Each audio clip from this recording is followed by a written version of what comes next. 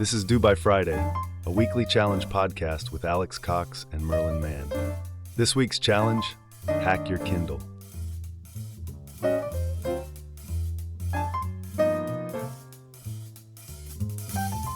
Hello, am I still holding on, or are we starting? What? You said hold on a minute, and so I was holding. Oh, I don't do anything till you unmute. Oh, that's so polite. Thank you. Well, don't we need to have some kind of a meeting of the minds before the show starts? You have to have something to start from, you know? Otherwise, you can just come going out like a bunch of hobos.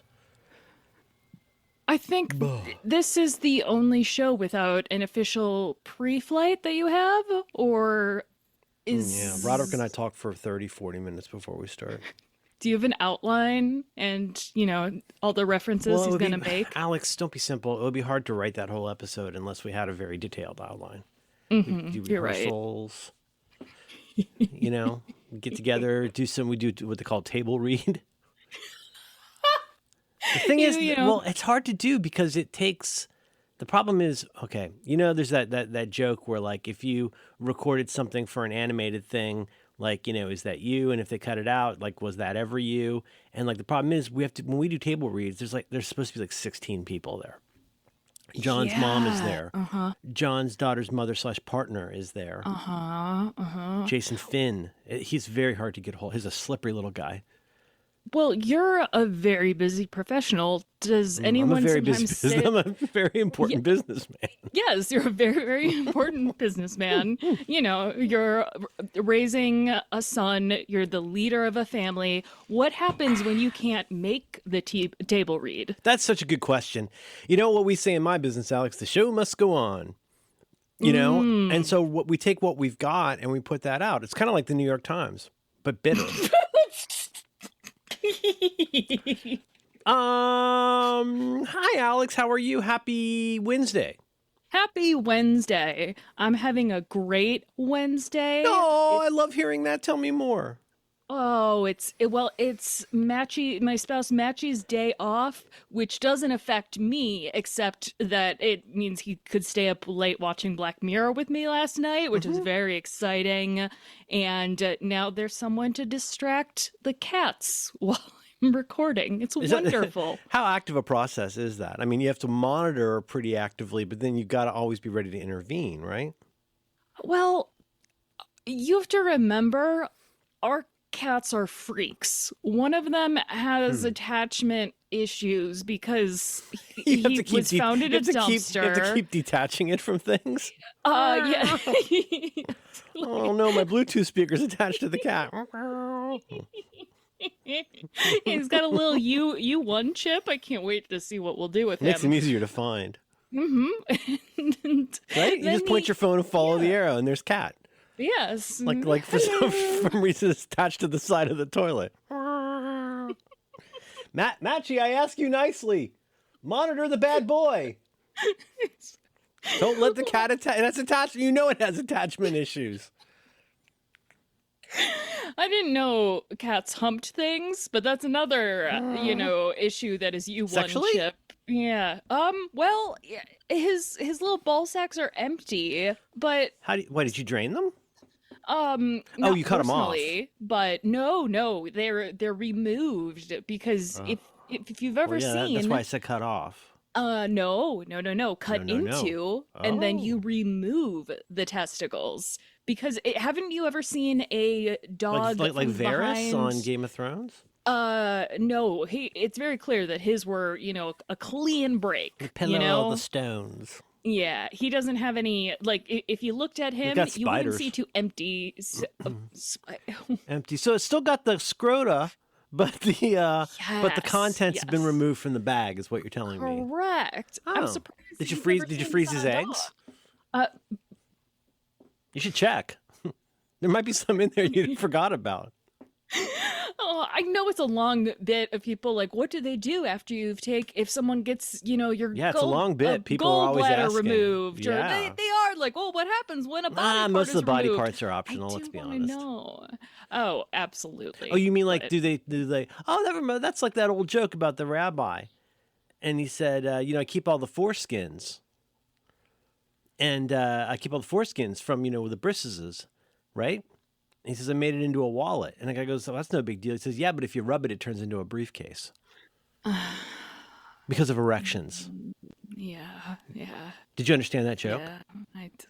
Yeah, we'll never know. We'll never know. America's roast beef, yes, sir. I'm glad you're having a good Wednesday, Merlin. What? How's your Wednesday, Merlin? Oh, it's real good, real We're good. meeting the minds. Okay, I went to bed at 10 p.m. last night, and I slept really well. And I got up today, and I talked to my wife, and I had a great day. If you're curious, I watered my plants, which are thriving, and I did lots of little things. I refilled the bird feeders. A lot of the things that give me a little bit of the routines that give me pleasure in life, but also have a functional component. How do you know when something has a functional component? Well, a bird feeder that needs to be refilled, or in your words, is empty, if it's had the balls removed from the scrota, Yes. and you want to get the birds back, you refill it. So that seems like it has a functional component. But do the birds provide any function to your day-to-day yes. life? Oh my All God, right. the birds. Tell me more. Well, the birds give me a lot.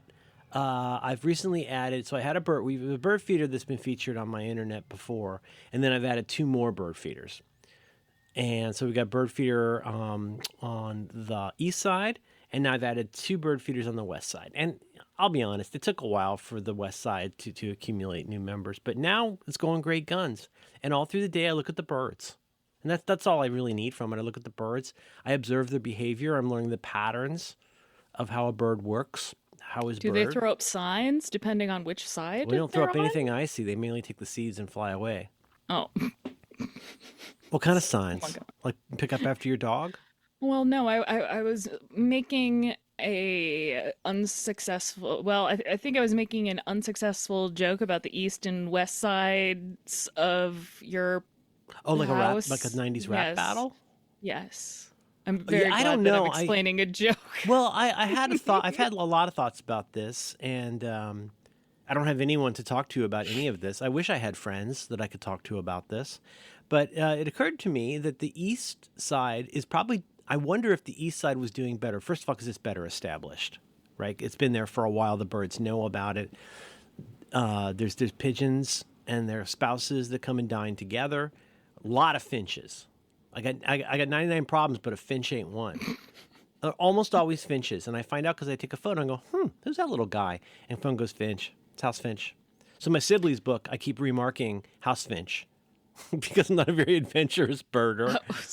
And there's other ones that I think, I had one the other day that looked a little bit like a jay, which is kind of exciting. It had kind of a blue butt, like a baboon, and a baboon. And then this morning I almost searched ChatGPT for how to attract crows, but then I thought that's going to be a project, so I should just wait and do that later. And the birds delight me, and I take pictures of them and identify them, and I like to watch their comings and goings. It's I don't know, it's nice. Birds are in our challenge spreadsheet.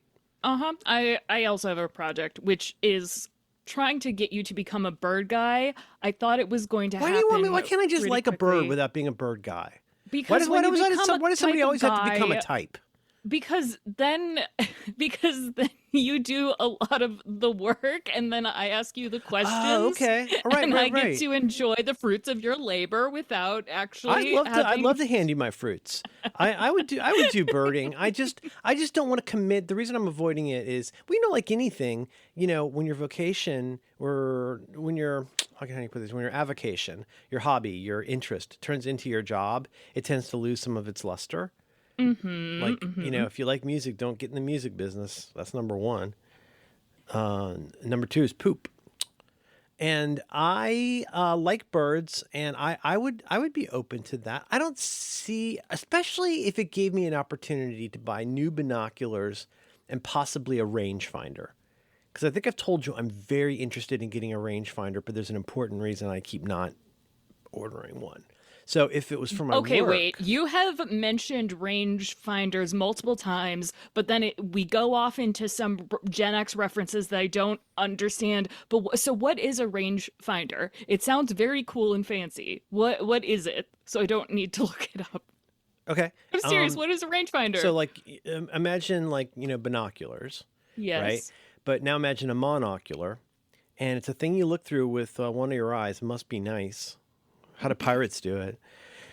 Did you know the reason pirates wear patches? Never mind. This is going to be a new one of those. I thought it was a thing. It took me too long to realize, but it's probably actually a thing I need to unrealize. But they wear patches actually so that they can go into dark areas and have an eye that can see. Oh shit, that's really good. Yeah, it's not because of disability.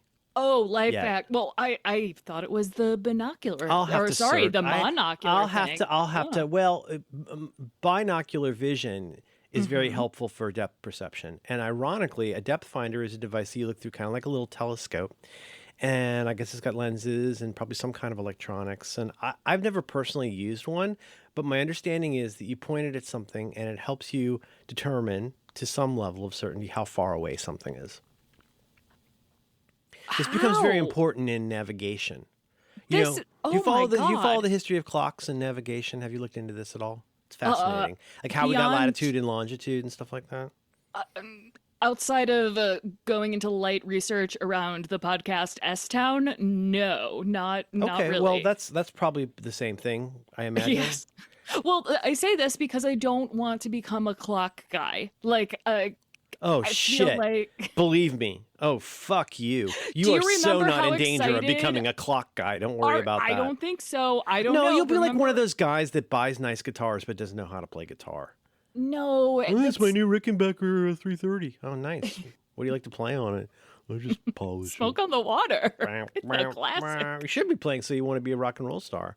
That would probably be a 660. Merlin regrets the error. I used to have the Rickenbacker that was on the cover of Damn the Torpedoes by Tom Petty, but I had to sell it for rent.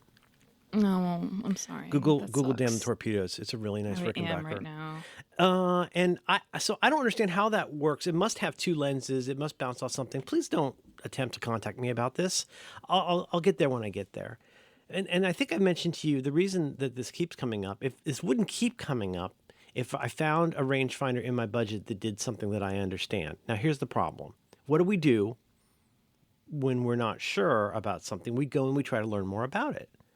Right? And so I go to and I try to learn about rangefinders. And I might start with something as quotidian as looking anywhere but Wirecutter for what is well reviewed. That could be it. I could, my benchmark for most things in life, to be perfectly candid, whatever that thing is, I want the good one. I've said this forever. If you talk to somebody who knows a lot about a thing, you'll find out that in most, whether it's hobbies or jobs or whatever it is, there's a good one. And it doesn't even have to be the best one, but there's the good one. And it could be like if you're a carpenter, maybe this kind of nail gun is good for your purposes or whatever. I just want to know what the good one is. Like I don't want the Wirecutter second cheapest one. Like I want the good one. I'll pay a little more. I want the good one. I don't want to have to buy another one of these because the first one sucked and didn't do what I expected. And so I start doing research, and then a funny thing happens. You end up on places that have rangefinders for sale, like the Washington Fulfillment Company. And one of the first images will be a person in golf gear using one of these because that's what most people buy it for is golf. I found that out immediately. And how did you feel? How did you feel? You because I don't mean this to be a leading question, but I mean for myself, I have a lot of problems with golf just in general and golf culture. But the second I got to find this image for you because I have an amazing. The last one that made what's left of my testicles shrivel up into my body cavity was a profile of a douchebag in golf clothes with a golf glove on, in profile, looking through a rangefinder, and I just closed the tabs. I closed the whole window with all the tabs in it, and I said, I can't be part of this. I'll find it. As soon as I went to just simple Google images, and most of the rangefinders have have a little golf symbol, or they're from a golf website, and Yes, it yes. just I was like, oh, it was the feeling of when I'm trying to find something out about an LLM model, and I go Oh, to find, an answer and understand more about what's different with 4.0 mini, and then I'm like, oh no, I don't want to optimize my business. I wanted to. I Oh no, know. oh I no, no. oh I no. think I feel like I really know what you mean, and I don't know. I don't know. It's just weird. And like, because now, of course, my mind then, because I'm broken inside. Oh, and look at this, because they most of them do have two lenses, so it can do. Because you understand what I'm saying, right? The thing that gives one of the things that gives us depth perception is having two eyes, right? I know everybody knows this, but that's how you can tell how far away something is. And oh my God, the very funny joke in Sunny, where Jimmy Simpson's character has lost an eye Oh yeah. because Bill Ponderosa put bath salts in the milk at the wedding. And there's a very funny bit where his character keeps having problems. He can't figure out how to cut Mac's video card in half because he can't have this. His brother Ryan has to help him. And he falls off the bed because he misjudges where to sit down. Jimmy Simpson is a treasure. Now, did you watch? Is he in USS Callister sequel? I Just say yes or no. haven't. Just say yes or no. No, I don't know. Okay. IDK. I'm saving it. I've watched almost all the other ones, but I'm saving that one for when Bill and Moore has time to watch it. But I don't know. I realize this makes me sound dumb, but and I don't really need it. It's just that we have a west view out of our window that's really nice. People have occasionally seen photos of this. You can look at the night sky. You can see the Pacific from our window. You can see that island that looks like an alligator, the Farallones, or as you say, Farallones. It is literally breathtaking. Oh, it's really I've pretty, and you can seen see photos. I'm when like, it's clear, which it's not. But when it's clear, you can see like Point Reyes. Which is a beautiful place, like far, far, far north. We're like, again, it's one of those things. It's so funny because this is a lot like weird stuff in life with perception. Roderick was talking about this on Monday, where he was visiting this, oceanside community in Oregon where it's very flat. And so when the tide goes out, it goes way, way, way out. And you can like walk out and see giant stones, haystack stones. But you know how it is where you're trying to judge how far away something is and you don't have any context. Remember like how Howard yes. Hughes, he wants the clouds, he wants Ian Holm to make finding clouds that look like breasts full of milk because you can't tell how fast and how good milk. it is without something to compare it to. Mm-hmm. Perception's isn't perception wild? Yes, both the part in the brain and the part in the eye. Oh my God, yes. That was one of my favorite chapters in Interest. And there's a Ross Dress for Less that I can see the window very, very barely. I can see the blue neon of the Ross Dress for Less, and I've always found it a strangely poetic image for some reason. And I just thought it'd be neat. Like I can look at a map and do it, but it'd be cool to like when I see a raccoon or something. I could shoot the thing at and I could tell how far away the raccoon is. But I don't want to golf, and I don't want to be associated with golf. You're going to have to find a secret guy, I think. A straw one man. Or no, what do they call it? Yeah, what do they call that? Like, where you try and like affect an election by hiring someone from Turkey or something like that. Oh crap! Yes, Straw donations, like similar, or a front, like that Woody Allen movie, The Front, where like people who were on the blacklist had to have other people, like a Dalton Trumbo would have to have somebody. I got to write that name down. That's good. Got to find somebody else to say they wrote the script.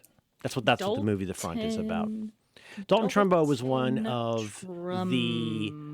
He's like a Ring Lardner Jr. I'm doing this off the dome, and you know who we can blame for a lot of that, unfortunately, is Elia Kazan. He named names. Unfortunately, the guy who did On the Waterfront, the wonderful director Elia Kazan, he named names. I don't know what I'm agreeing to. But like the latest, not the latest, the most recent Be Kind Rewind that I'm watching right now, which is so fucking good, is called The Best Actress Oscars, and it's about 1950. Okay. Okay. Let me give you some names here. You used to like movies. You got All About Eve, so of course Bette Davis is nominated, and then the woman whose name escapes me who plays Eve. That's 2 of the 5. You've got Sunset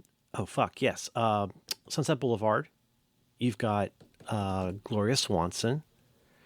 You got another woman, and you got Judy Holliday in one of my all-time favorite movies, Born Yesterday. Oh. She's the origination of the dumb blonde voice, but she weren't dumb. Her start in show business came from writing and directing.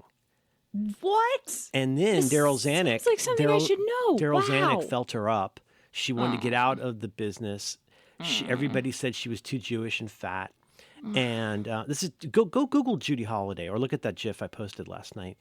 I mean, yes, she's adorable, but the point is she's ridiculously talented. She'd been in when she couldn't get jobs in Hollywood anymore, she took a job in the stage production of Born Yesterday. Why do I mention this? First of all, people should watch Be Kind Rewind. It's easily one of the best channels on YouTube. But also to say that both Judy Holliday, I should know this, Judy Holliday and the writer of Born Yesterday were both on the list, on the big list. With the McCarthy era list about people, communists in Hollywood. And there's this very detailed and often this is so Stephen Miller, but they would just write people up and say, oh yeah, you did this, you attended this communist, like Lucille Ball, she was in trouble. She'd been in the Communist Party in the 30s. Everybody was a communist for a while. It was just what people did. Oppenheimer was such a communist. He hosted the parties. And just Dorothy. Yeah, and Leonard Bernstein hosted the Black Panthers, and Tom Wolfe wrote about that. That's pretty funny. Yeah, that's really good. Oh, God, the name of that piece is so funny. I'm all over the map today, but it's Wednesday, and I'm happy. Born Yesterday is very good. And I think William Holden was in 2 of those movies. I only realized last night. William Holden, the late, great William Holden drinking helmet. He was in both Sunset Boulevard and Born Yesterday, and he's hot as fuck. I want to watch. Look at Judy Holliday. Did you look her up? Yeah. Look at that face. Well, Look at I think the very first thing I saw her in wasn't even a movie. It was, it was just clips from Broadway. I said Jennifer Holliday. I might have said Jennifer Holliday. If I said Jennifer, I meant Judy, and I apologize. Yeah, Judy. I think Holliday with 2 L's. And I just have been on an old movie kick. Me too. Because, like you said, this is not something that can become part of. It is not for my work. And watching old Hercule Poirot films and yeah, and what that mean? Hercule Poirot, the Hercule Poirot. Mais bien sûr, mais on le son parfait du salon. Yeah, I'm learning. We ask our French French teacher, word how a do you day. say, we used to love to harass our French lit teacher, who also taught French language, Jeff Hickson, late great Jeff Hickson, one of my thesis committee members. We all call him Mr. Hickson because we thought that was funny. We say, Mr. Hickson, there's that thing they say on TV, how do you say my nails are salon perfect? He said, well, there's not really any way to say that's a hyphenate, American vernacular. So, but how would you say? And I held the 3 of us in our harassment group that lived together would all hold up our hands like this, with our hands facing him with the nails up. And you say, Mr. Hickson, how do you say my nails are salon perfect? He says, well, I suppose you'd have to say something like Maison Glissant Parfait du Salon. My nails are perfect as though I have just come from the salon. Oh, it's like, boy. that's not as good, Mr. Hickson. He was so nice. He introduced me to the Butthole Surfers. The Creep and the Cellar. He introduced me to so many good bands, especially from Wisconsin, where he went to school. I miss Mr. Hickson. I already have so much respect. Mr. Hickson got really fucked over in tenure, and it bums me out. Also, apparently Russell Brand was going to speak at New College, I saw. What? Yeah, things are going great. It was delayed because of something regarding, I believe their phrasing was the media climate. Oh. I don't exactly know what he like. He is he's a sex. He's a creep sex man. He's and just in my head, I had already, says a lot about society. I already thought he was. I bet he smokes cigars. Maybe, well, he likes to wear small underwear. Okay, well, let's just not go too far into the headlines unless we need to. It's not a headline. It is a headline. I made a funny joke because I No. went to New College. I'm allowed. I went there was when it was going a to real make a funny school. joke when I was going to make a funny joke about sorry, go. baptism, and Oh, but cool. no, Go ahead, no, please. no, you Well, ruined let me it. let me go No, ahead and no, clear you the way. ruined it. Russell No. Brand. Russell Brand baptizes people. They're. I think it's Neil what- Gaiman. He has the bathtub. I think you're thinking of. See, that's a headline. I No, don't it's know what not. that means. That's a I have reference. seen. Oh, I have unfortunately, seen he's a a sex headline. man. No, he's a I've sex man. seen. No, His wife's a sex man too. Well, they all She spit seem on to she be she spit on me while ladies. talking once for like 30 minutes. Oh, We were sitting in a bar, sitting in a Wait. bar at our hotel in New Zealand Wait. talking. We had a very fun, garrulous conversation, but she spits when she talks. That's all I'm going to say about that. I mean, so do I. Her But eyebrows upset me. I just remember a headline: something Neil Gaiman in a bathtub, and I Oh don't. yeah, I it's bad. don't No, know it, what no, it is. it's the thing is the sex man stuff is gross because he's one of those nice sex men, kind of. Okay. Okay, forget Wait, it. But okay, wait, here's no, what I'm what's saying. this He's nice not. sex He's man? not. Oh my fucking god! He's not breaking into the apartments of strangers and fucking nurses. He's worse because he's using who he is and the implicit, promise or threat of money being given or withdrawn. He does all of the stuff in that creepy nice guy way. Oh, I did not know this, and It's a bummer. I love New Zealand. I am very interested in one day visiting New Zealand. Oh, it's so nice there. The people are the best. It's like that in Canada. I mean, they can forget everything else. Those are the only two good countries. I don't know because New Zealand's so, oh my God, it takes them way too long to make a fucking coffee. But it's the best coffee you've ever had. And everybody there is nice, but not in a patronizing way, which is awesome. I think that's why it's the bunker capital of the world. Bunker capital. That we know of. Yeah, the bunker capital. Is that a headline If about preppers? No. Well, no, because Okay, make if it you have a relevant. Make it bunker- as classic as Judy Holiday. You Classic cannot as bring up. Judy You can Holiday. no longer bring up headlines on this show unless it's very funny. Name a single headline I have brought up. There's one I so Your default very response to much- things is to either ask a question you haven't thought about, or Correct. mention something from the news you can't stop thinking about or talking about, or both. Is a default you do. I'm going to close these Give me range an example finders. of both. No. Because that would be impressive. I don't if think I could do that. I don't think I need to give examples of this because I don't think it matters or, importantly, helps. Oh, I don't think you have any okay. interest in getting better at this, and I think it's part of the charm of the show, and you should shut your fucking whore mouth. is this good for the show? Is it good for the show? It's all that's Because I left. It's all don't- that's left is me trying to all the things that you're actively shredding and throwing onto the kitchen floor. I am trying to put back together into something amusing. All right, let's.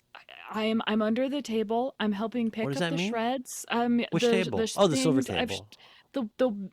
All of the shreds that I've put under the table that you're helping pick up. These fragments I have shored against my ruins, the or as you say, runes. runes. That's how T.S. Eliot would say it. Did Did you ever read The Wasteland? It's a good poem. The tactics Elon Musk uses to manage his legion of babies and their mothers.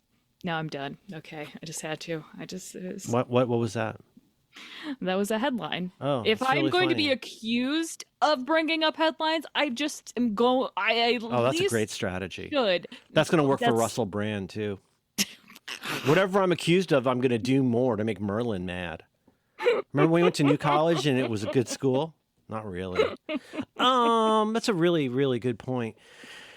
April is the cruelest month, breeding lilacs out of the dead land, mixing memory with desire, stirring dull roots with spring rain, I want to say.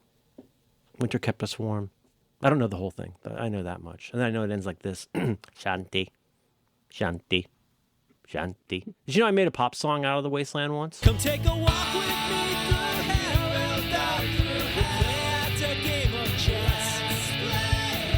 We'll hear what the thunder said, we'll bury our dead. This is so good. That's It's got so fun. it's got lots of that thing I like to do where I do like Mac from Superchunk where I play octaves. I play octaves and slide up and down the neck. That was a big '90s trick for us.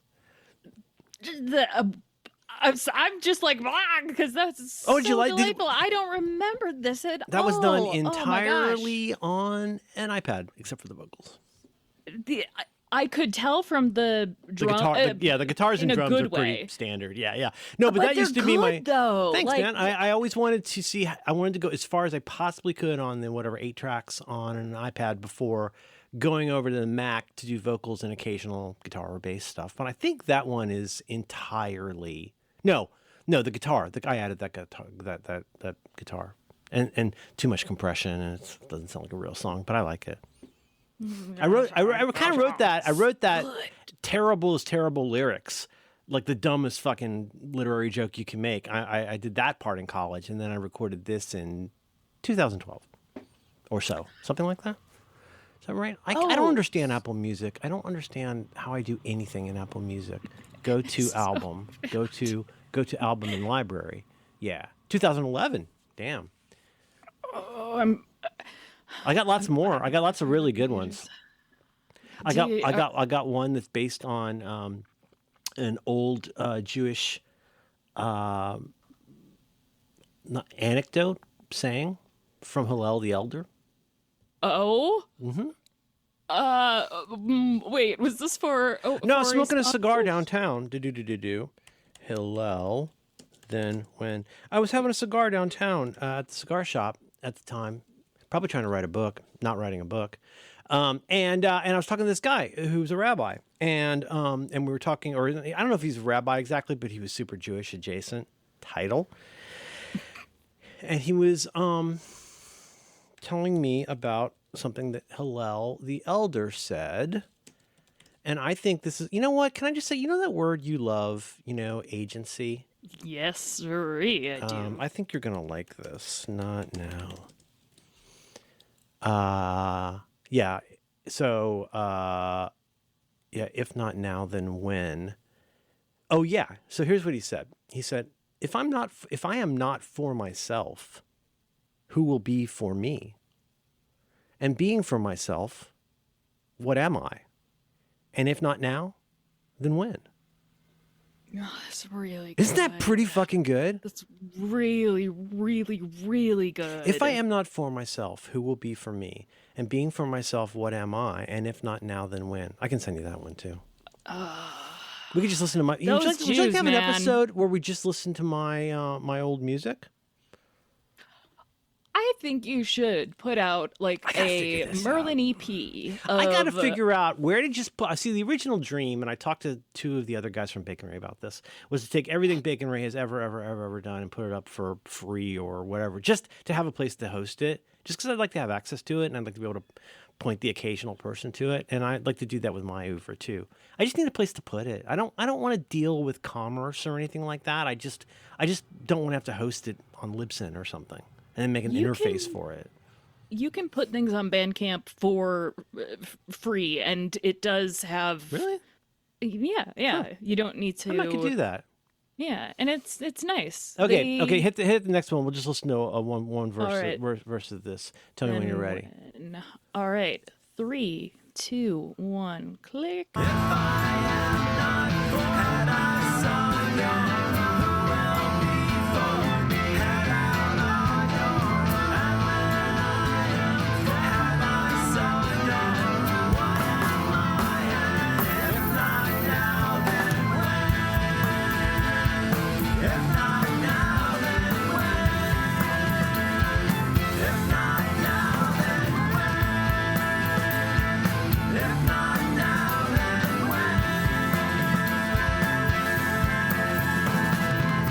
That was it.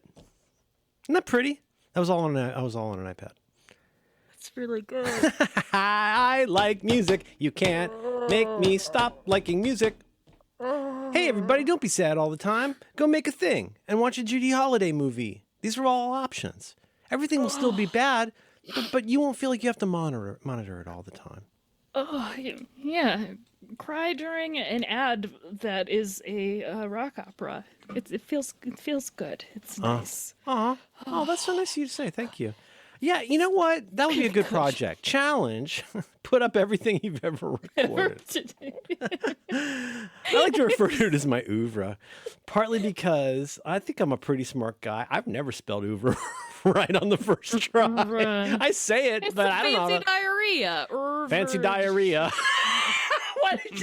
What? Did you mean? Are you talking about the British? spell. Are you talking fancy diarrhea? Are you talking about the UK spelling of diarrhea? Do you know how they spell in England? They spell it diarrhea. Wait, that's not. Wait. D-I-A-H-O-R-R-H-E-A. Okay, it says here, oh God, this is amazing. It says here that some folks think it's funny, but it's really wet and runny. Diarrhea? No. Sliding into third. Okay, diarrhea UK. Spelling. I'm not even going to dignify. D-I-A-R-R-H-O-E-A. Governor? No. What the Hello. You got a little bit of wetness in your trousers, isn't it? Your barn door's open, Governor. Yeah, up the apples and pears. You're sliding down the stairs with diarrhea. Oi, what's all this then? No. Challenge. You made a diarrhea on the Victoria line, innit? A spot of tea. Off you pop. Off you pop. What's the Off. I'm not sure to say it. By the way, that's my new catchphrase. Off you pop. off you pop? That comes up in Ludwig. They talk about popping a lot. I think it might be a Northern England thing. Good lad. Good lad. Is Ludwig a show? Why do I know? Ludwig is a show that I like a lot. And if you enjoy the British comedian, writer, and bon vivant, David Mitchell, I can highly recommend. Especially if you enjoy Mitchell and Webb show. Yes, of Mitchell and Webb. But did you ever see their other one of their other shows? Did you ever see Peep Show? Oh yes, I've seen Peep Show. Imagine Mark from Peep Show. He just needs to make a poo, and he needs to get some loo paper, and he's not a nonce. Oh, I want to fuck, buddy. You know, the S1E1 of Peep Show also is the source of one of my all-time favorite lines, where Jeremy says to Mark, you know, that, he'll probably have some kind of a relationship, you know, with the woman next door. You know, maybe they could have sex through the wall or something. And then he pauses and he goes, and he turns and looks him straight in the eyes and he goes, how thick is wall? What if phone's a bit too much? Raise high the red string. And so imagine Mark from Peep Show. I mean, like a character that already seems tailor-made for David Mitchell, reading his book about Stalingrad. You know, on my Kindle right now, on my hacked Kindle right now, I have his book about the history of royalty, the history of the kings and queens of England. That's very fucking funny. He's a really smart guy. Imagine Mark from Peep Show, except now he is what's called a puzzle setter, someone who designs puzzles, like crossword puzzles, all kinds of puzzles. He's like a highly regarded. I think he is coded as either somewhat kind of maybe on the spectrum, kind of maybe agoraphobic, but he definitely doesn't like going places, doing things, talking with people. And but he also has a twin who's a police officer, and that twin is missing, and his sister-in-law needs help. And it's a 6-part series that's got a season-long arc as well as episode to episode. So without giving it all away, it starts because his sister says, you know, there's something to find out what happened. We need to get to James's office, and the only way we could get in his office is to find somebody who looks a lot like him. And so imagine David away from how thick his wall. My imagine David goodness. Mitchell having to pretend, a very nervous David Mitchell who doesn't know how to drive, doesn't know how to talk to people. He's got to get to the police place and pretend that he's like one of the head guys in this police department. But he's so good at puzzles that he ends up repeatedly accidentally solving murders, and it's really funny. And every episode has an Agatha Christie style room full of suspects. It's kind of, it might be up your alley. It's on BritBox, and I also have a copy if you want it. That's probably why I've seen it. Yes, BritBox I think is really good. I think it just came out on BritBox, and I think this is, as Yes. BritBox things go, I think a lot of people I hope are enjoying it. Oh God, If you're having trouble getting it, just let me Remember know. when TV was good. I'm happy now. TV's good on TV's very good across the pond right now, I think. There's good stuff everywhere all the time. You just have to take the time to find it, and you have to allow yourself to be like I'm not going to say content. You have to learn to become like a stuff farmer.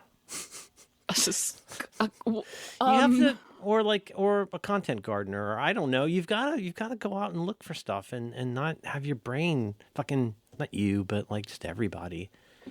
Oh my We've, God. you know, The problem with going back and watching a movie like this, or listening to the kind of music I enjoy, or reading the kind of books that I enjoy, is that then I have to be cold plunged back into the world of everybody dashing heedlessly into further and further madness and a little bit of stupidity, and go like, oh man, y'all are so much better than this. You are capable of so much more than this. All of you are capable of so much more than that. And it's difficult to see right now. And it's giving me a fair amount of situational depression. I've noticed, I wouldn't say I've noticed, I don't know what depression looks like in different people, but So hard to tell. Well,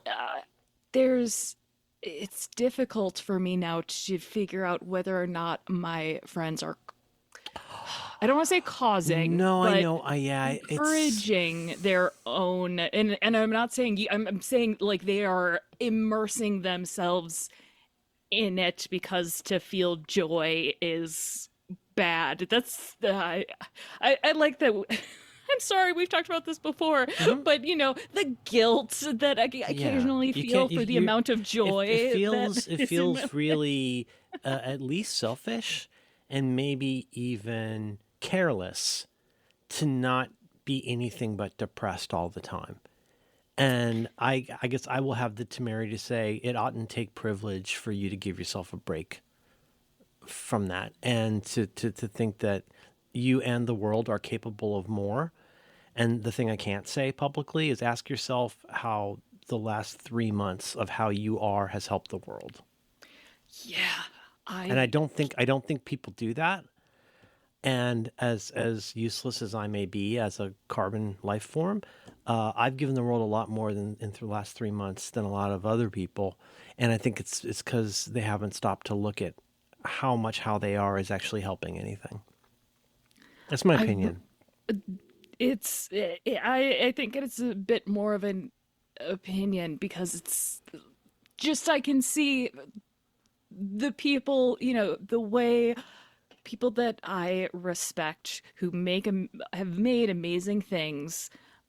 They're not just reaction, but immersion in things that make them sad that they cannot do anything about. And I think more importantly, and like when you're as stuck as that kind of stuck feels, what do you do, right? Well, that's the thing is I have stopped feeling guilty for being happy because I think I told you, I told one of my friends, like, well, what should I just kill myself? Like, I have been this sad without any situation involving but the problem is, it sounds like you're being, so, it's all the stuff where one gets judged, then I imagine, as being all those things that we fear. But then there's also the role that we have in dealing with other people. And I think we could probably mostly agree, a lot of us, that you don't just say to somebody who's depressed, hey, cheer up. I tried that right before my divorce, and it didn't work. Why don't you cheer up? That doesn't work. But there is a spectrum. There is a continuum. I'm seeing here, at least on a quick legal search, this is a term that's heavily associated with George Bush. It was George Bush, I think George H.W. Bush. Written by, it was credited to his speechwriter, Michael Gerson. It's the phrase, the soft bigotry of low expectations. oh, Which is, I think, a wonderful phrase. And in that instance, you're referring to, hey, you know, look at any school, look at any class. We're not helping people by expecting less of them. Now, the Merlin Mann addendum to that is, yeah, but that doesn't mean that we help them by expecting, quote, more of them, especially if the more that we want is the same of everybody. We need to help people by expecting different things of them. And And that is a way of helping people. But the soft bigotry of low expectations in this instance is like, you'd never want to say to somebody, hey, cheer up if they're depressed. But on the other hand, what do you say? You say, I understand. And I feel the same way. And that's totally normal. And all of that stuff is true. But that means every single person out there living amongst and dwelling amongst the people in their life who aren't horrible to them are also not going to be the people to say to them, hey, this could be different from how it is. But there's only one person that can change that. And now we're back to Kierkegaard, who I referenced in a call with my mom yesterday, and it didn't go that great. Yeah, I was trying to explain Christian existentialism to my mom. She watches a lot of TV. oh no. Oh, Yeah, how did that conversation end? Oh, it went great. She said, Soren Kierkegaard? And I said, yeah.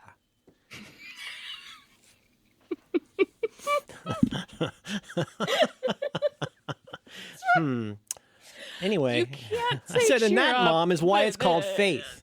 And why Oh. Kierkegaard says it's the leap of faith that's important. I said, if it weren't faith, it would be a promise and it wouldn't be interesting and we wouldn't need buildings with communion. That's what makes it faith. Hope is the thing with feathers. Oh, Emily Dickinson. that was yeah. And then Woody Allen had a wonderful book of essays called Without Feathers because he's a funny guy. Oh, I'm not. Shut up. That's a very shut up. funny Yeah. title. Oh, it's very funny. It's very funny. Wait, shut side- up. What was they? Was they talking about a head? Oh, You were 'cause about it's Woody to. Allen. Yeah. No, Yeah. I wasn't. Yeah, but remember, the headline is only allowed to come in if it's very, very funny or Yes. very relevant. No, I was going to say that You can't just say. You hope can't is just the say thing things with that. feathers Just saying things what is- happened is not a useful way forward. Not you. I'm not talking to you. I'm talking to our listeners. Hope is a Thing with Feathers is a beautiful Emily Dickinson line, and it is featured prominently and as a literal part of the book series. Well, the series. Oh shit! It's the Cerulean Sea. Oh, cool. By T.J. Okay. Klune. It's a lovely. It's like one of those books where you're like, "Is this YA?" And it's not. It's not. It is just a It's okay delightful to just like little stuff. Yeah. read. Yeah. Well, no, but I'm not saying like, YA. It's just most of that stuff is not for me. Like, like the horny, like. Well, you're not all the that young, and you're not really fairies. much of an adult. Well, I know, right? It's it's very difficult to find something to read. It's I very assume hard it's by, for me to I be a assume book it's by guy. design. No. You can't just tell people to cheer up, but we You are. can in a tell them to stop, though, which is something I it's keep the part that doing. makes it difficult is if you. I mean, I'm having trouble. I just don't have the addressable audience that I used to. Maybe because I'm not relevant, but also just because there doesn't seem to be much appetite for anything except a couple kinds of headlines and being angry about it. And that's really. Maybe it feels relentless because I look at the world too much, but I mean, I don't want to disappear into a garret. I love being part of the discourse or talking to people about things. But even using that word, the discourse has such a meaning to it now. It has such a valence, a negative valence when we use it, and it's like, well, yeah, but like, what was I thinking today? I was probably urinating. I think I was in the bathroom anyway. I might have been spritzing some crud cutter. But I was thinking about, I was listening to a podcast probably, and thinking about how there's such a big difference between I don't like this thing and this thing shouldn't exist. Mm-hmm. Now, let's just pause for a second. Doesn't that sound like kind of an outlandish and unnecessary thing to say? Right? Mm-hmm. I mean, like, but honestly, when I say, people like things, people don't like things. People have opinions about things. But there's a big difference between I don't like that. There's even a bigger difference between I wouldn't prefer that and this should not exist. And I'm not going to apply that to anything specific, because if you have half a fucking brain and you choose to use it, you could do that yourself and have a real different afternoon and evening. It's up to you to decide how much you think the world will improve, or the people who are the antagonists to your protagonist in the world. There's just in my opinion, there's just way too much of like, this shouldn't exist. And you can see this in my interactions with people. A nice person yesterday on the internet said to me, I don't like that book, A Confederacy of Dunces. And I said, you know what I said? I said, I think it's neat that we all have so many things that we can like and enjoy. And I really feel like that's something we should celebrate. Was there But wait, just before you ask a question that you maybe haven't thought about. No, I'm like genuinely thinking like, was that? It doesn't harm me for that person to not like it. They shared that, and I appreciate that. But I also, at this point, this month, feel like it's also vital for me to not get wound up in things that turn into organized negativity. Mm-hmm. And that's one of the problems with headlines. Because as soon as the headline enters, now we have to both find the thing that we both agree to be mad about, or we can choose to argue about what the other person should be more angry about. And that is not making anything better. That is a coping mechanism that's understandable, but we're all capable of so much more than that. Even somebody who doesn't consider themselves somebody who makes things, even if they think of somebody who's like stuck in their life because of what people in the world have done to them, you have the option at all times to improve that situation. And while it's not specifically Kierkegaard, one thing the existentialists taught us that I think is really valid, in addition, I mean, it's a lot like Werner Herzog in some ways, like the world doesn't fucking care about you. Nature doesn't care about you. You should care about you. But you should also take responsibility for the stuff in your life. And in the sense that, like, it's not going to change unless you're the one who changes it. You have to be the captain of that particular fleet or that ship.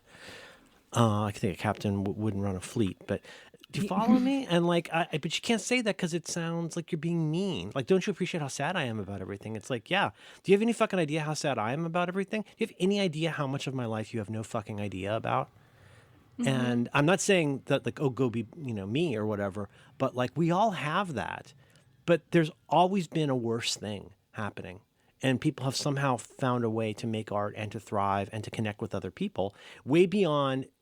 I mean, it isn't like, I mean, I guess you could say the Dark Ages or something, but it's not, I'm not even saying you have to go out and like write a play or something, but you need to keep the humane plasticity of possibility in your life. You need to keep open this idea that there are still roads I haven't been down. I heard a wonderful quote from Cher. Do you know the singer Cher? Cher as in Cher? Oh, yeah. Yes. Please share, like, and subscribe, and then share. Share With your friends. And I wrote this down in Obsidian yesterday. Cher's mother said, like, it's credited with saying, I don't know if she originated it, if it doesn't matter in 5 years, it doesn't matter. Ooh. Which is not an answer to every question in the world, but isn't that an interesting way to think about things? If it doesn't matter in 5 years, it doesn't matter. And okay, fine. Okay, look, I know there's a million ways you can parse that. But what I'm saying is, like, if you think everything that upsets you is a permanent situation that will never improve, you're going to have a pretty rough time.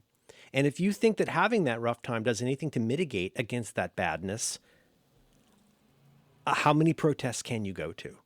How many gates can you storm?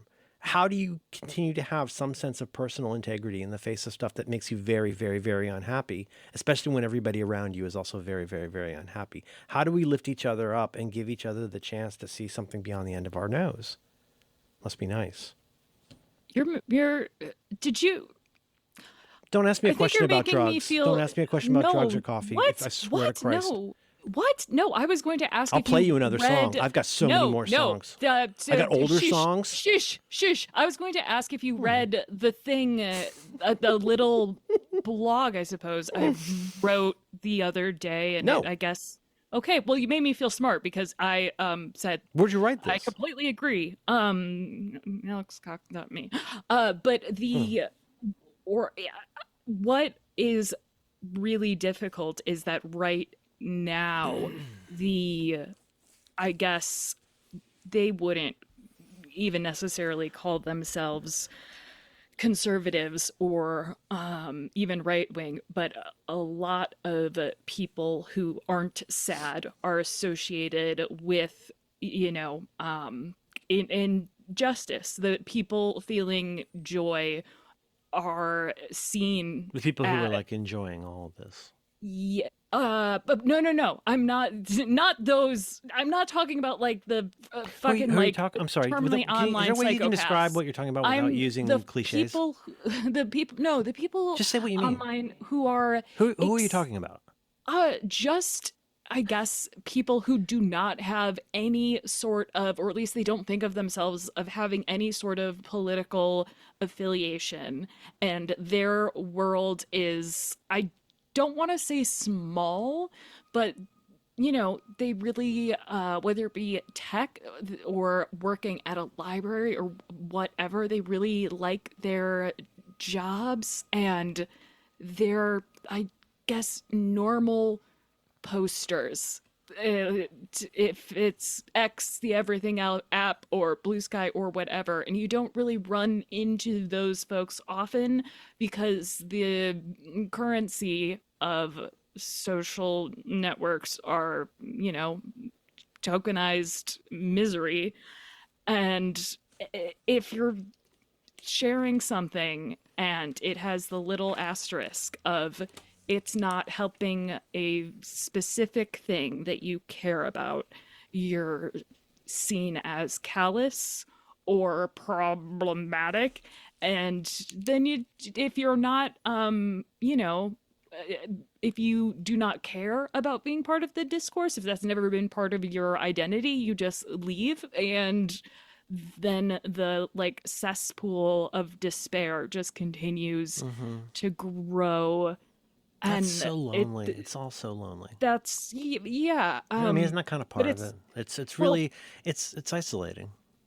That's sort of the thing that people are not the thing. I think the biggest part of what did you say, or organized sadness and this communal despair is the closest thing most people have. That's all. That's the only kind of community that's available to most people. Yes, and that's how This is something I've been struggling to write about for 3 weeks, and I absolutely agree with you. I mean, I'm sorry, I'm not trying to make it into my thing, but what you're describing, I think, is absolutely true. I mean, it's how could you not feel unmoored at this point? Yes, and when you aren't part of let's even say you're not really part of necessarily a marginalized group who has to have a community in order to survive and thrive, you have nothing except despair. And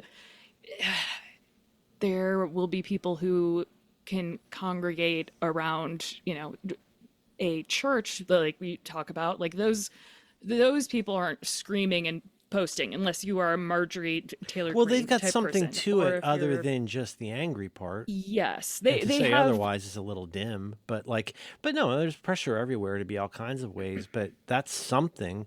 I mean, at least they generally probably have some idea of a larger supernal it's influence not that's even worth acknowledging.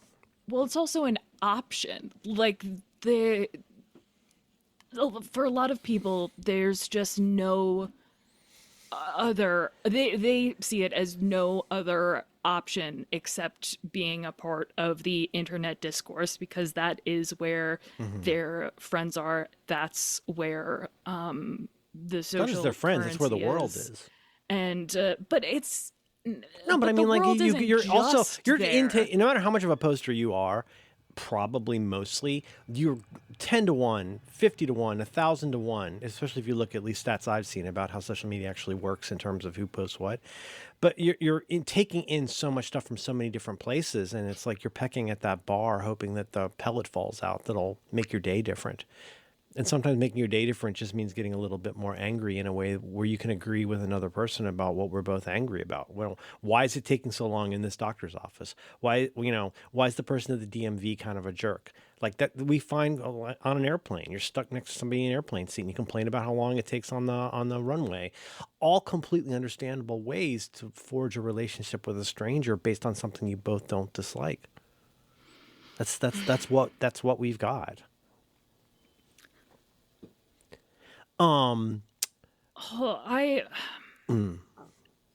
Yes. I don't. I'm doing the sort of chicken problem thing where I'm like, oh, don't That's don't real. yell at me, don't yell at me. I know. Because I don't want to. I know that I can be hurtful when I'm like, no, just stop doing the other thing. There are other things to do. It is really fucking hard, and you will still feel sad, and just like you will still feel like you're part of a cesspool even if you leave it. Like you But can't get the grime off as like a coping immediately. mechanism. It's understandable. What you're describing though is so vital. I mean, to not to just like, oh, I want to figure out a way to feel less sad today, or I want to feel a way to feel less powerless this week. Well, let me fucking blow your mind. How much have you grown in any way in the last 3 months? What have you done differently that's helping? Or even if it's just helping you. But I'm not talking about like changing the world. I'm talking about any kind of personal growth. Because what you are at the end of all of this, before you're any other adjective, noun, or fucking, chop shop verb, is you're a person. It's hard to be a person right now. And go ahead.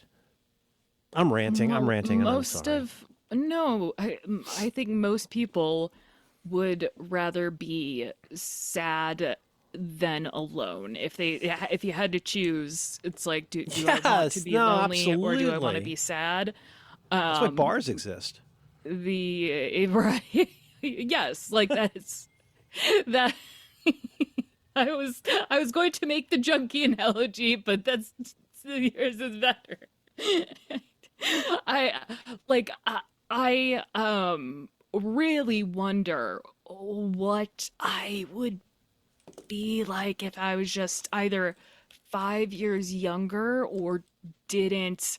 In what way? Because of what you've been exposed to, or what's expected of you? What would be different? What I am exposed to, but also not having Eddie, not being married is right. It was kind of like that also during COVID, where you're like, oh my God, would it be such a strange time to feel like completely on your own? It sucks so much. And it was also a weird, not weird. It was very foreign to me when someone's like, oh God, someone would say to me, oh God, I can't even imagine like being locked up with that person constantly. I think I told and I'm you like, I told you this, but like, I was obviously, like so many things, we're very aware of what was happening at the time, during all of that. But I think I told you this, but this really moved me. One of my wife's direct reports, or as we used to say, employees, one of my wife's direct reports said to her, I haven't touched another person in a month. Yeah. And he might have even said hugged, but like I think that says enough. And we need some of that, even if it's just somebody putting change in your hand.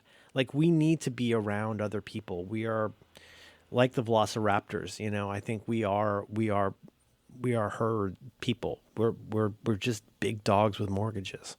In moving on, can I suggest, I'm not gonna call it homework. I'm gonna suggest 3 ideas for things that people can do today. And then perhaps we could do our challenge. Yes. And I could explain why I think each of these is good. Maybe we could talk about that. But idea number 1, clean out your entire refrigerator and freezer, whatever that means to you.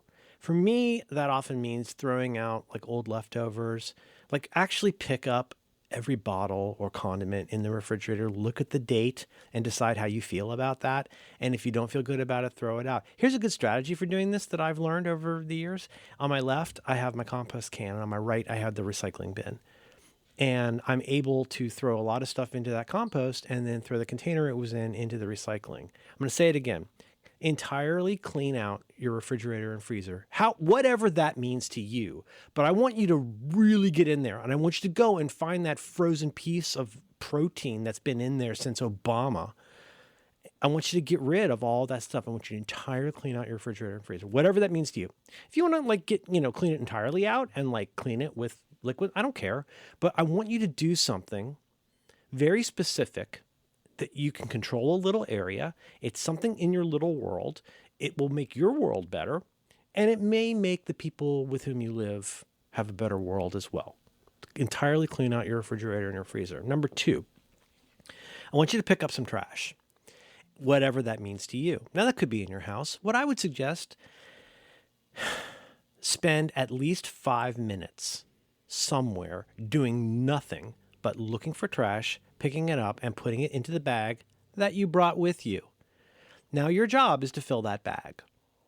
And I want you to, I don't want you to, you could listen to a podcast. I don't fucking care. Do it the way that works for you, but you need to go do an act of service that nobody knows you did. And you need to go take care of something, not for one person, but a little bit for everybody. And nobody will care and nobody will thank you. And I want you to do that. And I want you to spend 5 minutes. You could put on gloves, bring a bag. In San Francisco, you could just spend 2 hours just cleaning up around a trash can where everybody leaves their paint and oil and whatnot. But you'll know what it means. You know what it means. Ideally, though, get out of the house, fucking fix something, and don't expect a thank you note. Do that. And then when you throw your bag of trash into the community trash can, notice how you felt about that. And notice that 5 minutes that you got to be something other than how you might tend to be. And third, if you have access to it, consider watching the 1950 movie Born Yesterday, directed by George Cukor and starring, it's not Jennifer Holliday. That would be quite a casting trick. Kind of like that Black Mirror episode. If we could get her, wasn't that a good episode? Oh. Did you like the Emma Corrin episode? Yes. Wasn't everybody great in that? It was so much better than I expected, but kept getting so much better than I expected. Oh my fucking God. It went exactly where I started that episode. I'm like, I wish they did the thing, and then they did go and explore the thing that I wanted them to. Right, and and like it takes a lot of buy-in. It takes a lot of buy-in because first of all, they sold that to her as, "Hey, this is just a test," and second of all, what sense could there possibly be in doing this all in one real-time thing? But Issa Rae was so good, and I think that might be one of the best things Emma Corrin's ever done. Oh, interesting. Did you not like her? Oh no, I just haven't seen her in that much other than it being. I think I like the Princess single Diana. my single favorite Emma Corrin scene is the first scene. We've talked about this at least 4 times. Do you remember the scene we've talked about a bunch? Is it the final? So when she's very scene first of the- introduced in The Crown, and she's dressed up to be in the she's the play, and kid, she's hiding behind the yeah. plant. Like I fell in love with her in that scene. Another thing I do is, and I'm not suggesting this. I'll recap all the suggestions in a second, but we're almost done with this before we recap and then do the challenge. Madeline tells me, I'm sorry to hear that she and Rami have broken up, which bums me out because I have this thing I like to do where I imagine what life at home is like for the two of them because they both seem like pod people. Like Emma Corrin, she's so pretty, but she's so fashionable, and she's always got such interesting outfits. But she always looks like her shoulders are scrunched up, and like she looks a little confused a lot of the time. And Rami Malek looks like he's from another galaxy. And yes. So I've had ChatGPT start generating images for me of what it's like when the two of them hang out at their house, staring blankly into the middle distance. I've got it in several different anime styles. If you'd like to see one of those. Yes, Let's see what I got here. While I'm looking this up, I'm going to recount, and feel free to do any of those any way you want. But fucking do something. Number 1, clean out your entire fridge and freezer. Number 2, clean up. Go get rid of some trash for 5 minutes, and consider watching Born Yesterday from 1950. Funny zipper remarks. Oh my gosh, this is amazing to see what all is in here from Rectus last night. Oh dear. So what I'd said was, well, let me just start with the first one. I don't know if I'll be able to put these into notes. Probably not. Sorry. And people get mad when you post things anyway. First of all, I said, make a painting of Rami Malek and Emma Corrin sitting in an empty room and staring blankly into the middle distance. Check your messages. That's the first one it gave me. Did you ever see the movie 5 centimeters per second? No. Oh, that's the next one. That's the next one. You've seen Summer Wars, though. You call Koi Koi. Oh, and do it. Oh. Look at the third one. Third one's Summer Wars. That's in the style of Summer Wars. Look how cute they are. I hate that. Their anime them is so cute together.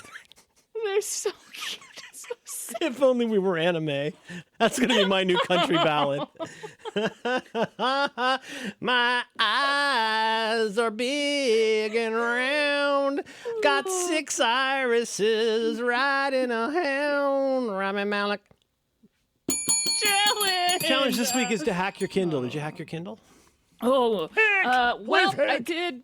enough to not brick it, but I gotta do a root reinstall again. What? I've done How? it 3. Well, it Did you was put something already in the wrong folder or something? I think so. Well, it came to me like my friend thought it was bricked, and I was like, okay, I'll try to fix this, and I couldn't. And I'm still. Here's the thing: I'm still trying not just to like bang my head against the wall, but I've really been enjoying just getting together all of my various ebooks that I've acquired over the years, organizing them in a way that is easy for not just me to find, but for, if anybody were to come across them, in just and also a more easily accessible manner that isn't just like I still wish there was something a little bit better than Caliber, but it gets the job done. Yeah. You love that it's Python. Who doesn't like It's Python good and hasty images. snake. Can I get a giant 8-bit floppy disk icon? Here you go. Python. Keeping tabs. That's an Keeping old tabs. That's my reference. history of Python. So I guess again we talked about this. It doesn't really, I didn't peanut butter because I did try to do the challenge and it wasn't a complete success, but it's an ongoing. Can I briefly address project why now someone to- might want to hack a Kindle? Is that would that be too stupid to No, explain why? well, I was going to say, like, the spirit of this, I think it was Oh, a don't worry, success you're in fine, that you're I good. continued to just remove all of the little DRM bits, not out of even like, I want to ownership, But that's even though I different. am that That's person. different than hacking your Kindle. You're talking about removing DRM from like EPUBs or MOBIs or AZWs. Yeah, but in order to use them on an even jailbroken Kindle, you have to do that anyway. But You mean if you so you're talking about the thing where headline, everybody got to download your books for Kindle, man. So you download your books, you got your AZWs, you've got to rip out that. But the thing is, you understand, like you can put, that's part of the beauty of this, you can put EPUBs into Co-Reader. yeah, Okay. that's. You're just but you're talking about on your Mac ripping out all the DRM before you put it onto the Kindle, yes? Right, Okay. because then I've been. I read the books I bought on my Kindle. I read the books I stole on my Kindle now too because of Co-Reader, which is great. And I used to be able to do it. I mean, Caliber's had this forever. I'm not going to say Calibri. Caliber's had this forever where you're able to like hook up your device, dee and make it work. I'm just here to like put a stake in the ground. Oh boy, has Amazon made it a lot less fun to use this device in every way. And the reason, just really quickly, because who would care? Why would you buy? I literally bought a Kindle and hacked it that afternoon. Why would you do that? Well, I mean, partly I was inspired by this video that I'll put in show notes, maybe.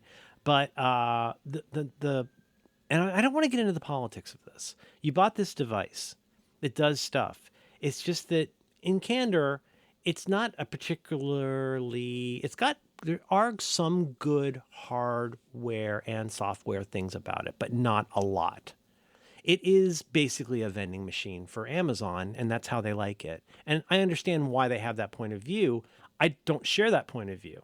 And so what happens is when you jailbreak, I have only done this once and in one way. I'm no kind of expert on this. It's just, if you're interested in this, you'll figure it out. And so the idea is that you change its ability to not do a lot of stuff by like, it does something and you're kind of just looking at some Linux folders and doing stuff. And I have to say, like at this point, the only reason to do this for me is KO Reader. I have not found, or Co-Reader, whatever it's called. I have not found a lot of other ML packages or similar that like do anything that interests me. But all I've done is turn off ads. Because by the way, now you can turn off ads. Turn off ads, change have a whole folder full of images that it uses for the lock screen. But KO Reader is a really big deal for me because you can do stuff now like upload PDFs, EPUBs, whatever you want. It's pretty easy to install almost anything. It gives you a lot more flexibility and control over how things look. Hey, here's a marquee feature. If there's any fucking way in the world that it cannot be fully justified, it will do that for you. which the Kindle does not let you do. Kindle seems to think it's fancy and it's a typesetter, which it's not. There's fucking rivers and valleys and widows and orphans all over creation with most Kindle books that are shit. And there are actual areas, if you don't mind a really, really bad interface, where you can drill down into this and say, hey, look, from now on, I want my books to be set like this. I want you to always use hyphenation, and I want you to always use ragged right, and I want, all those sorts of things. You can even say things like down to like, what your ruling on widows and orphans is. And we know what that means, right? When there's like a leftover word or a sentence and it makes it weird. But then you can also do stuff like say, once you really get into it, hey, when do you want new pages for things? Like if there's an H1, an H2, and H3, should that be a new page? Because there are some books, like the Book of Lists, where that makes the book almost impossible to read because I don't want every H2 to mean an entirely new page and chapter. You can control all of that. How much margin do you want left, right? If you're actually going to read books on this thing that you claim to like, this is a neat solution. It's not that difficult to do. I did it with a brand new Kindle, whatever the current Paperwhite is, out of the box the day I got it. So it's not for everybody, but maybe we could talk about who it might be useful for, but also like how we feel about the process. You're bricked. That's some bullshit, man. I mean, the same thing. You can't factory reset it. You won't let you factory reset? No. And it's one of the older. I think in that video that we both watched, it was very good. Mentioned that older ones, if they were bricked when it had a certain, like if you were in between certain firmware updates, it gets kind of weird. Yeah. And I mean, again, all of that is to say, like, it is wild how it's bad. The software's so bad. Well, and like if you want to be able to drag stuff over, because I think it's considered legal and copacetic to, I mean, it is. You plug it in to in my case, my Mac, and you open this thing called like USB file transfer or something, and you get this piece of shit wackadoo window that doesn't behave anything like a normal window, and you can't do the stuff you'd want to do in a window. You cannot select something to find out its size. You can't double click to open in a window. You can only just close with the arrow to do things, and then hope you dragged it into the right folder. That's if you're, I mean, most people probably will never even do that. But you know what it don't do anymore? It does not mount on the Finder. And it's very difficult to SSH into. And there are fixes for that as part of this jailbreaking. But, I don't mean to sound obdurate or anti-corporate, but like, I did buy this thing and I do want to use it for the purpose I want to use it for. And, I don't know. It's like, I don't know. There's nobody to please by saying anything at this point. Either you understand the value of this and you do it, or you think that probably that we're pirates, quote unquote. But I think it's really neat, and it does work really well with Calibre. So, like, if you've got it mounted, if you got it, like, you plug it in, it takes a second, and then Calibre's like, okay, you see this new thing. Oh, it's this device up here. What is that? Well, you've always had that with Calibre. It's just, it used to be you had to make everything a Mobi or an AZW. It wouldn't take it as an EPUB. But you can still, if you've just got books in Calibre the way you want over on this side, and then you got a Kindle over here, you want to put it on that side, boy, is it ever easy now. So all you do is just click on it, click on device, and where you once saw your local software library, you still see that software library, but it's indicating with green checks which of these books is on the device. Any books you want to put on the device, you select, command select, whatever, and send them, and you're done. And now you're reading. So this is like a lot of my secret setup here. It's a huge deal of upfront work. It's a large deal of upfront work. But then it kind of takes care of itself. There's a hack on there to keep it from getting, what's the phrase they use for like KUAL? There's a hack that will like keep it from, getting updated by Amazon and stuff like that. Yeah. But anyway, not for everybody. It's not the greatest thing in the world, but it was definitely worth it.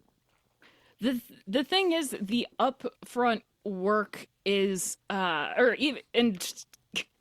even not being successful, it's less work than you spend trying to just get your Kindle onto a new network sometimes. Like if you don't Especially have if you've one got of to those... enter with that terrible on-screen keyboard. Oh God. just want to use it. My and mom's so got I something with her didn't printer have that we're trying to fix, and I'm like, do you guys have an app for that, or is it just the screen? It's like, it's just the screen. I'm like, oh, man. Oh no. Ever enter a password on one of those little screens? Yes. So Like, if it's a good password, like, it's going to Yep. take you a while. Unless you're my kid. It's- My kid gets it right the first time every time, and it really upsets me. Oh God. Yes, No, we're the talking about, like, worst. like my The passwords. worst. Yeah. Like Yeah. you gotta, and it won't even. It does not fit the length of the. When you just hit I helped something, you out the hit something, brother. you're pretty sure you hit asterisk, but you might have hit something else, and now you can't see because dots will echo. Yeah. You can't hit.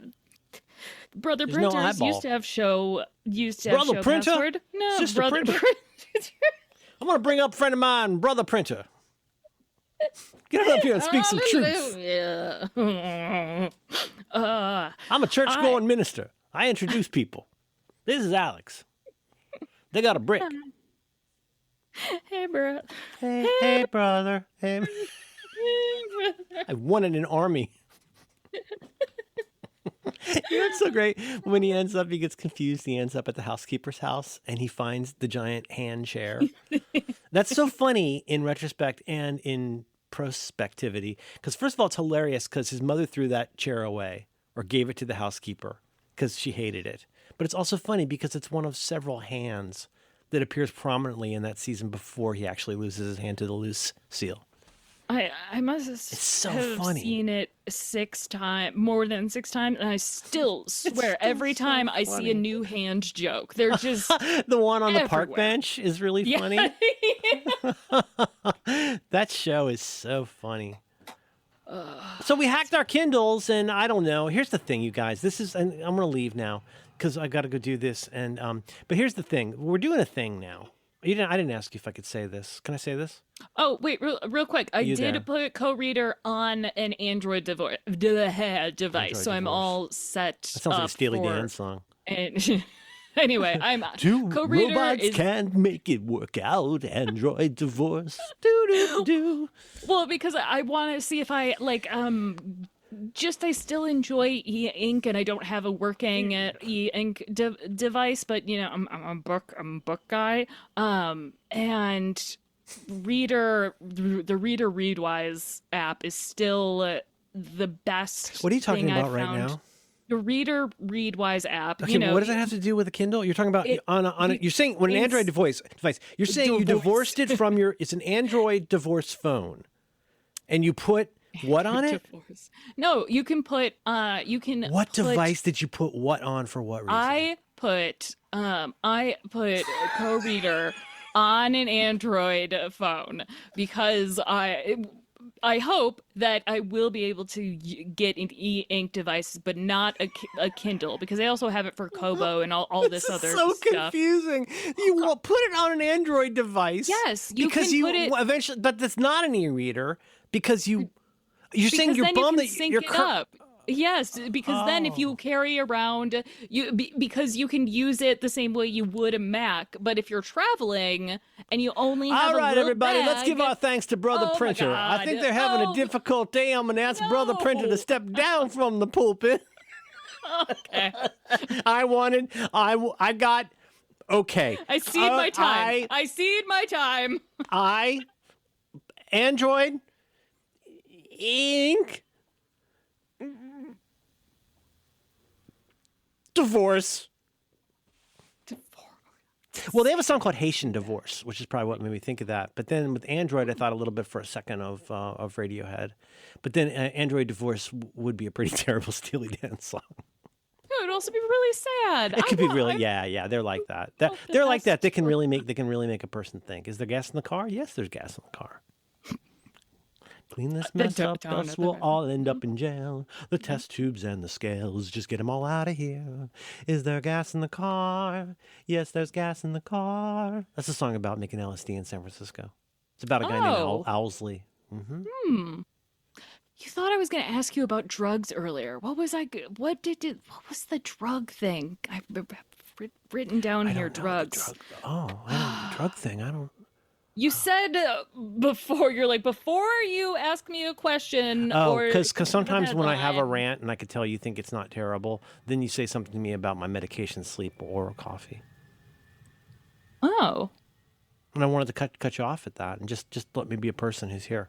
I was gonna say you just Yeah. were being You were gonna say. That's the problem. vulnerable and Yes. no. No. Actually, you know what? I'm Yes. upgrading it. You and I are broken up for 10 minutes. And then followed by that, we are going to have an Android annulment. Does not compute. Marriage never existed. Ha ha.